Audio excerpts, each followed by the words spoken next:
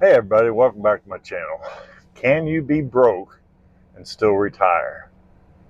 Can you be broke and still retire? Well, I am living proof that you can do that, and I'm going to tell you real quickly how I did it. If you get anything out of this video, like and subscribe, leave in the comments, let us know how you're coping with this. 2019, my wife and I went out for breakfast. She'd worked 6 years full-time, the previous 6 years full-time. She'd only worked off and on part-time over the years, and she had enough to draw Social Security. That was about it. No pensions, no retirement. So we went out for breakfast one morning, and we were talking. I was getting ready to really slow down a lot anyway, and well, my health certainly took care of that.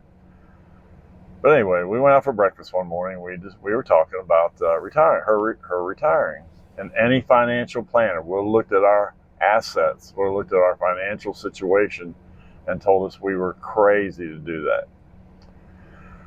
But we decided, it was mostly me, time is our most important asset. In our mid 60s, time is our most important asset, what we do with that time. That is 100% true. Now, first of all, I love these videos. I love these videos of someone in the later stage of life keeping it real, letting everyone know, like, yo, listen, I'm broke and this is what I'm doing to get by. Now, I love the fact that what he's stating is he's talking about the most important thing is time, right? So he got to a point, he's like, yo, I'm in my 60s. I'm not going to keep on working, and my wife continue to work. If we have a little time left, we might as well enjoy it. It's not to say game's over, right, with them financially, but it's just like, yo, let's take a look around, see how we are financially, and let's just work with what we got because we only have a few years left. So let's be able to enjoy time. And that's why, guys, I really think it's important for you guys to listen to this message. Is it's about when it comes to building wealth and when it comes to saving and investing, the reason why it's so important, it's so crucial to save and invest, especially in the younger stage of your life, is number one is to get time. Everyone's saying they want to be a millionaire, a multimillionaire, but the most important thing is to have time freedom, the ability to do the things that you want to do on your own, on your own accord. Not having to wait to your 60s where you're too old, you're dealing with ageism, and you're getting pushed. And that's the way you're going to be able to enjoy the time as much as possible, especially if you're broke. But when you do it at a younger age, you can get to the age of like 35, 40, where now you have FU money. And now you could just quit your job at any moment if you choose to.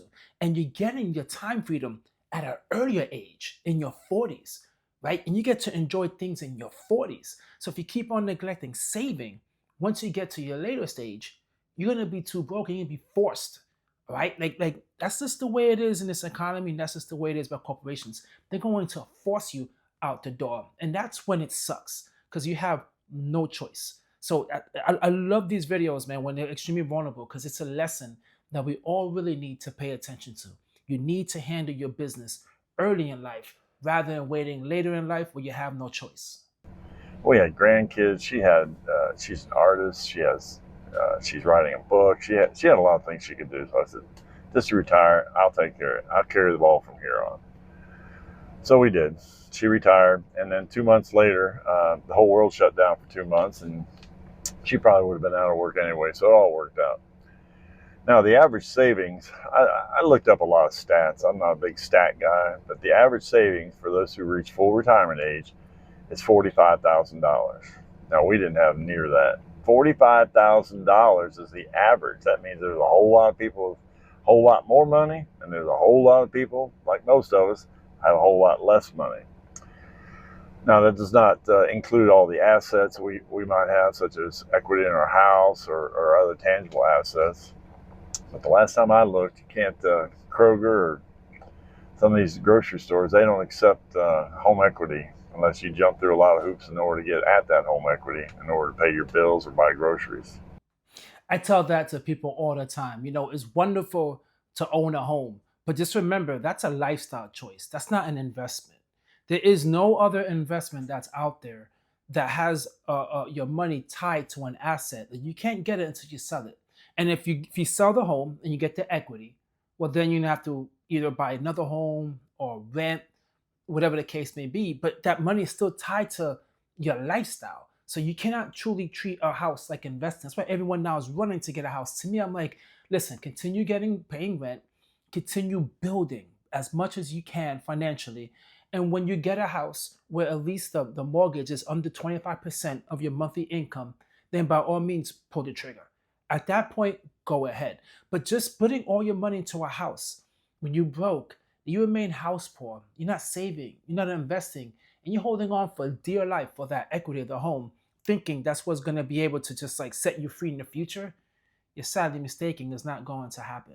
It is not going to happen. And it seems like to be the situation that he was in. I mean, he mentioned the average is $45,000, the amount of money people have, when they're retirement age. And I got news for you, right? I don't really like as well reading about averages because your lifestyle and the decisions you do in your life, you save for that, right? You save for your lifestyle. You don't need to worry about other people's lifestyles. It's your lifestyle. Everyone always wants to aim for making $1 million into retirement. $1 million in retirement. Some people don't need it. Let's be very honest. Some people do not need to have that much money. I know so many people, family, friends, that are not retiring with $1 million, not even close to it. But with the Social Security and the little money they have in retirement, they're able to survive, right? And they're able to do a few things here and there, travel and whatnot. They can't do as much as possible, but they're able to survive. Now, they might not leave money down for future generations, for anyone, grandkids or whatever, but they're able to survive, and that's the most important thing. But if you want this lifestyle, you want to travel, you want to pass down money, then you have to learn how to save and invest at an earlier age. You cannot wait to a later age, and you don't need to just be chasing this magical number that society is putting on you. Because all those surveys of saying how much money you should have is always coming from financial institutions, which they want you to save even more than you're saving now because that's how they make money. So understand that like those companies that are doing that, they just want you to just invest more and more and more. That way they can make money. At the same time, yes, you make money, but they're doing it for themselves as well. We've been told for years you need $1 million to retire and maintain your lifestyle. Well, I guess that all depends on your lifestyle. My lifestyle didn't require that because we are very simple people. But anyway, 44% of us struggle with month-to-month expenses, and we fall right into that category. Sometimes the expenses are higher than what we're bringing in, and sometimes they're lower. We're able to save a few bucks for the bad months. But one stat that really, really bothered me was that 37% of retirees have zero savings. And I'm sure some of you may fall into that category. Zero savings. We can't do that. We cannot have zero savings, man. I understand a lot of people right now are going through that, but come on, man. If you're in your 20s or in your 30s or even in your 40s, even your 50s right now, you just cannot go into retirement age with nothing saved at all. You have the golden opportunity to save and invest with all this information, all this knowledge is out there. You have no excuses at all. None. You cannot listen to those people trying to tell you how you make so much money on crypto or flipping homes. Don't play that game, man. If you have a job that offers you a 401k, get that match. Start saving. Put something in the side. I don't care if you become just a thousandaire, as long as you have something, but working 40 years in your life, 40 years of your life, maybe more than that, and you come out with nothing saved, that's not living, man. You lived all those years in your life pretty much paycheck to paycheck, stressed the hell out. No, when an emergency happens, you have to dip into your credit cards because you don't have money saved up. That's not a lifestyle that you want to live at all. Well, anyway, guys, that video was I love that video. That was a really good video. There's a lot of videos out there I see people doing, and I think it's just really important to listen to someone that's going through what they're going through and understand like the mistakes that they made. You don't have to make the same mistake as well, right? Their destiny is not your destiny. You need to just save and invest, man, and not be in that situation. Drop a comment down below and let me know what you think about that situation, guys. And at the same time, hit the like, leave a comment, and subscribe. Peace.